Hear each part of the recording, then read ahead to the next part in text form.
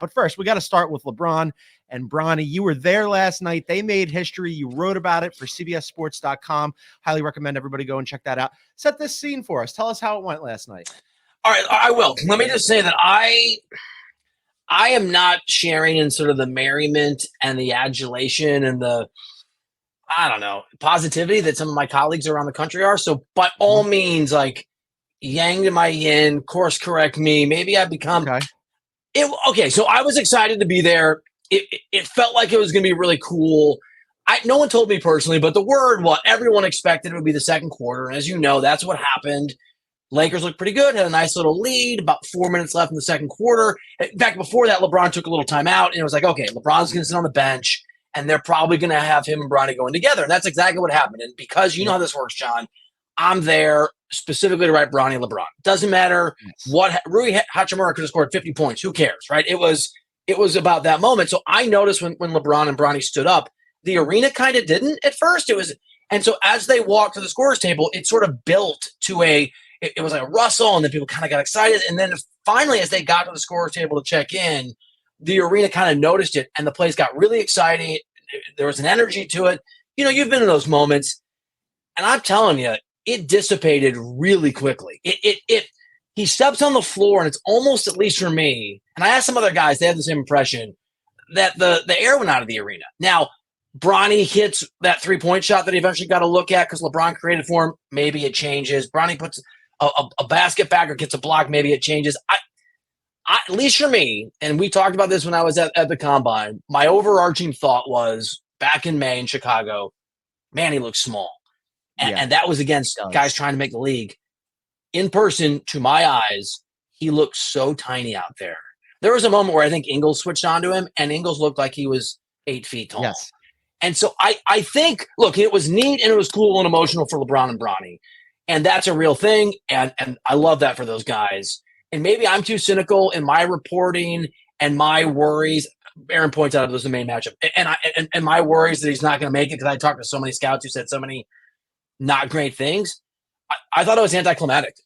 And I thought, at least for me, there was this sort of note for me, John. I'll be curious how it looked on TV in his 3 minutes of, this is not a fairy tale. This is not a happy moment. What I wrote was, this isn't a celebratory moment. It's the beginning of something that could be really hard for this poor kid. So there's a lot going on here. I had the HQ hits for this last night, both pre and post game, and we were talking through all of this. And I think, all right, multiple things can be true at once, right? On the one hand, the NBA at its base is entertainment. And that was a moment of entertainment. LeBron James, one of the, if not the greatest player in NBA history, wanted this to happen. He's made history a zillion different times, and he did it again last night. You had the Griffies there. They're taking pictures. You're there specifically to write a column for CBSSports.com. Everybody's talking about it. It was a moment. Now, right or wrong, whether or not people feel a certain way about LeBron influencing this thing to happen and putting his very powerful, influential thumb on the scale to make it happen and force Bronny, his son, to the Lakers and no other team, probably well ahead of schedule, should probably be a sophomore at USC or some other college right now. Absolutely should be. Okay. Yep. And it was an entertaining moment. So then we watched it happen. So now you were moved when he walked on the floor, because I felt trepidation. I didn't have the response I thought I was going to have. Moved might be strong because, as we've discussed, as a Philadelphian, I'm dead inside. So there's nothing there. A lot of got it. It's just blackness and like Understood. You know, as the Simpsons said, 50 Slim Jims and some darkness inside. That's all I got. But it was entertaining. Okay, we put that to the side. Now we go to the basketball component. Everything you said was right. He looked small as hell. He comes in. The Lakers were on a heater, and what happened? He's and I am not a single game plus minus guy in general. Right. No. But I know where you're going. But the Wolves went on a run, and he was minus 5 in 3 minutes, and all of a sudden JJ came out with the hook and was like, we got to get this kid out of there. 3 minutes. Dude, I went full Philadelphian because when they pulled Bronny, I know this is wrong. I know this is not okay. I'm just not going to lie. I wanted the Lakers to lose by 4 or 3 or 2 so badly, just for the sake of my story.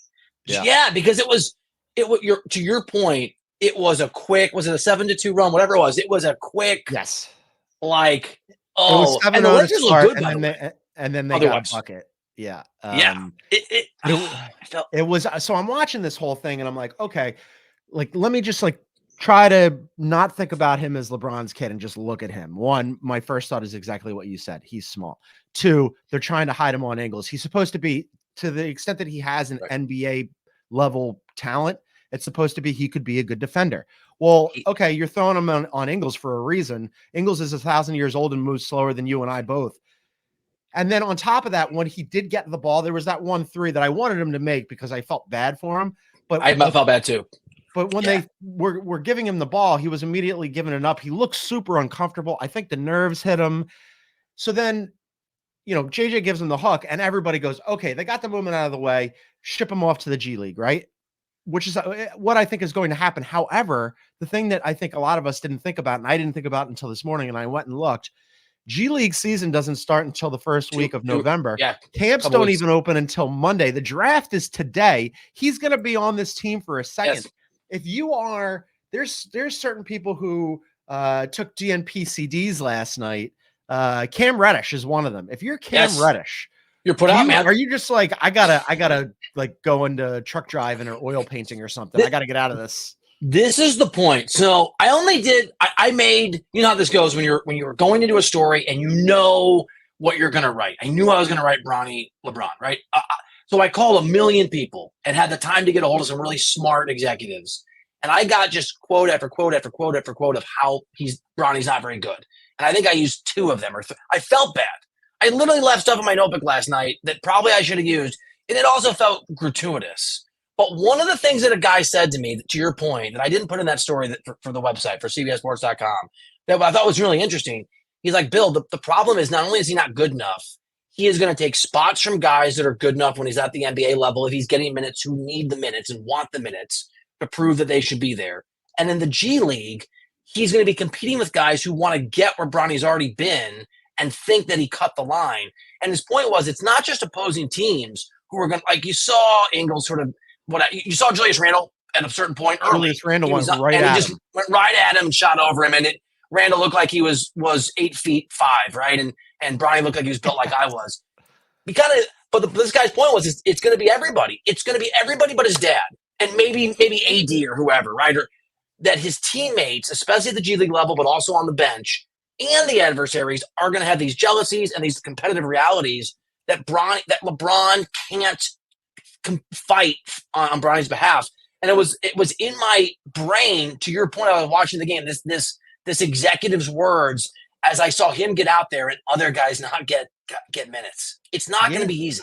I mean, I know he only got 3 minutes, so like no big deal, right? In theory, but as I'm again, just like from a basketball perspective, I'm watching this game, Yeah. and the Wolves are starting to climb back into it, and I'm like, man, the Lakers are thin, and like what you said earlier, if as the Wolves start to climb back into this game, those 3 minutes where he's a -5 become critical. That's a thing. And then something else, and Aaron brings this up, and I think it's a good point, because I was kind of wondering the same thing last night. Anthony Davis looked amazing last night. Dude, Anthony what a beast. Davis He saved the LeBrons, the Jameses last night. He was the best player on the floor by a lot. And we can get into Anthony Davis in a second. But as I'm watching that, I'm like, where's LeBron tonight? Where's his head? He was okay. I have a question for you. Distracted a little bit. So it's one of 2 things, because he was not at the same. He had a couple explosive moments where you go, oh, the almost 40-year-old body. He looked slower in general. He looked, yeah. So was he nervous? Possible, right? This is his son, and he's orchestrated all of this, which is saying something. He's LeBron James. How, like, for him, well, I know it's his kid. He wants his kid to perform well. It's a big stage. It's a historic moment. But like, if it's a distraction, that's a problem. Or just if it's a distraction, I think he'll move past it, right? Because he's done enough. To your point, one moment thing, sure. Or maybe, look, it's possible he was nervous. It's possible as they walked out there together. Like, I like LeBron. For everybody watching, I don't hate LeBron James. I covered him. I know you, John. I did this job because I got to cover LeBron. There's a lack of a compass that LeBron has that I think a lot of famous people have. That if you're a president or you're a LeBron James or some big time actor, it's hard to have a sense of reality sometimes, right? The physics of the world bend to you in a way they shouldn't, and you sometimes don't understand that you can't change and affect everything. maybe there's a world where he had a little bit of self-awareness as he walked down with Bronny, like, what? Oh, wow, I put my kid in a real spot. Because it's one thing to do a commercial with Cocoa Pebbles and to make sure that Jeannie and Rob Pelinka bring in your kid and to bring in your buddy, your podcast buddy, who, by the way, JJ Redick, very good start, one game, very good start. But you know that you've got a guy you trust that can kind of manage. You can set up everything. Once you get Bronny James onto the floor, it's like what they say about Hold'em. Doyle Brunson said, limit Hold'em, you fire at the target. No limit Hold'em, it fires back. It's been limit Hold'em for LeBron as he maneuvered all these things until the moment they walked on the floor together. And then the target was firing back at his son, whatever, it's Randall going at him or whatever the situation. So maybe a little reality crashed into LeBron's brain. Like, this is going to be hard for my kid because LeBron knows he's not good enough, right? Deep down, he knows he's not good enough. Maybe that, and I think he'll get past that. But to your point, if it's ugly, if Bronny struggles, if Bronny doesn't handle those struggles well, it's his kid. Does that affect him a little bit? Because he put him in this spot. I wonder if it affects him. I wonder how much it affects Bronny and whether Bronny knows that he kind of cut, as to use your phrase, cut the line a little bit. I also just want to commend you on No Sleep, just folding in a seamless Doyle Brunson reference as a reformed poker player. Nicely done by you. Yeah, I mean, really nailed that. It does fire back at you. There's a lot here that we need to unpack on the James conversation before we even get to the rest of the Lakers, because you mentioned, JJ Redick's debut. We talked about AD, that rotation being short, how they want to play. I want to talk about the actual basketball, but we should continue this LeBron and Bronny conversation just a little bit. So we're going to do that. We're going to take a quick break and then more on the James family debut last night. On the other side, you're watching and listening to Beyond the Arc.